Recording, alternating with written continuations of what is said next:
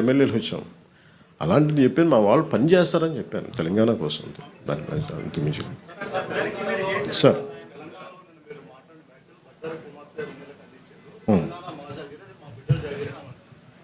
ఏదండి,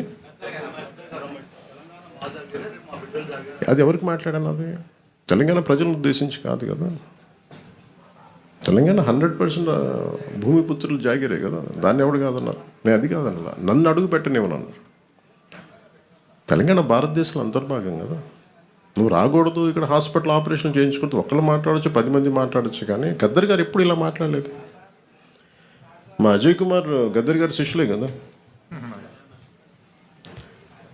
ఆయన ఉస్మానియాలో చదువుకున్న వ్యక్తే కదా. రాడికల్ మూమెంట్స్లో తిరిగిన వ్యక్తే కదా ఆయన. ఇది మేబీ వాళ్ళు ఏదైనా చూడకుండా ఏదైనా పొరపాటు అని ఉన్నారు. నాకు వాళ్ళు బాగా తెలుసు కదా, వాళ్ళ కుటుంబం కూడా. అది సరిగ్గా అర్థం చేసుకోలేకుండా మాట్లాడుతుండొచ్చు, అంతకుమించి ఇంకేమన్నా. వాళ్ళంటే నాకు అందరికీ చాలా ఇష్టం. నాకు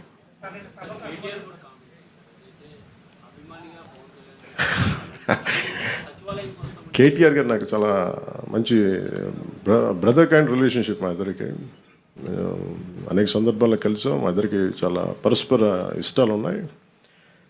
పాలసీల్లో ఒక మాట అటుంటుంది ఇటుంటుంది, కానీ ఆయన ఏమన్నారు నేను చూడలేదు. నాకు తెలిసి ఆయన తప్పుగా ఏం మాట్లాడుకుంటారు, నాకు తెలుసు అదే అనుకుంటా.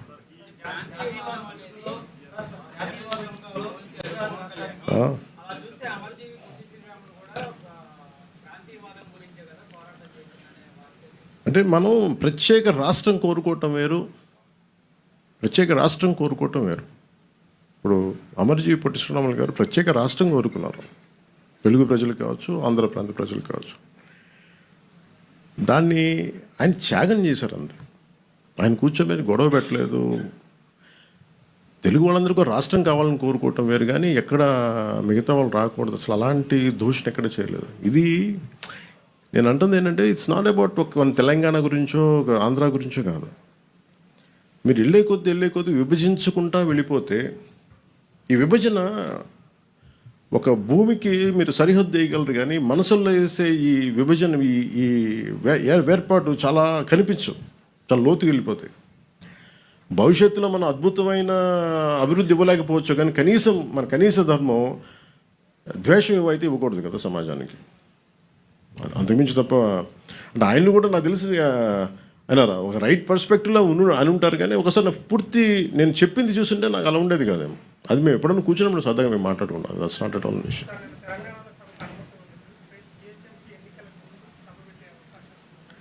ఎంతకాలం ఆపుతారు సార్ ఎక్కడైనా సరే?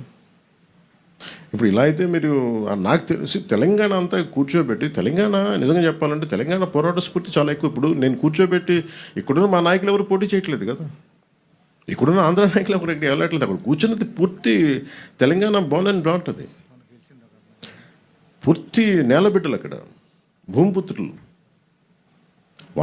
వాళ్ళు పోటీ చేస్తారంటే ఆపేది ఎవరండి? వాళ్ళు సభ పెట్టుకుంటారంటే ఆపేది ఎవరు? ఎంతకాలం ఆపగలరు? ఇజ్ ఇట్ యాంటీ కాన్స్టిట్యూషనల్ కదా. ఈవెన్ తెలంగాణ పోలీసు కూడా అదే చెప్తారు కదా, ఒకరోజు ఆపగలరు, 2 రోజులు ఆపగలరు, కానీ అన్నా తెలుసు ఎక్కడ ఆప్ చేయలేదు, జరగదు కూడా.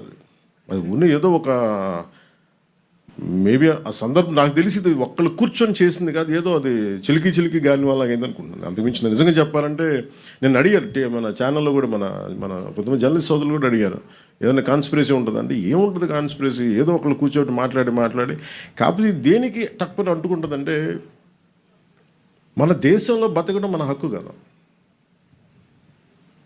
మన హక్కుని ఇప్పుడు నేను కూర్చోబెట్టి ఈరోజు ఆర్టికల్ 370 రద్దంటే, నువ్వు కూర్చోబెట్టి కాశ్మీరీ పండితులు మీరు ఇక్కడి నుంచి వెళ్ళిపోండి అంటే, అవన్నీ ఎటు తిరిగినాయి, ఎటు వచ్చినాయి? అలాంటి కొద్దిమంది మాట్లాడటం దేశానికి శ్రేయస్కరం కాదు. నాకేదో జరుగుద్దని కాదు, నాకేం జరుగుద్ది, నాకు దాని గురించి అసలు ఇబ్బంది లేదు. ద్వేషం, విద్వేషాలకి ద్వేషాలకే ఒక ముగింపు పలకాలనే కదండి. విద్యార్థులు ఏం ద్వేషం ఉంటుంది, యువతలు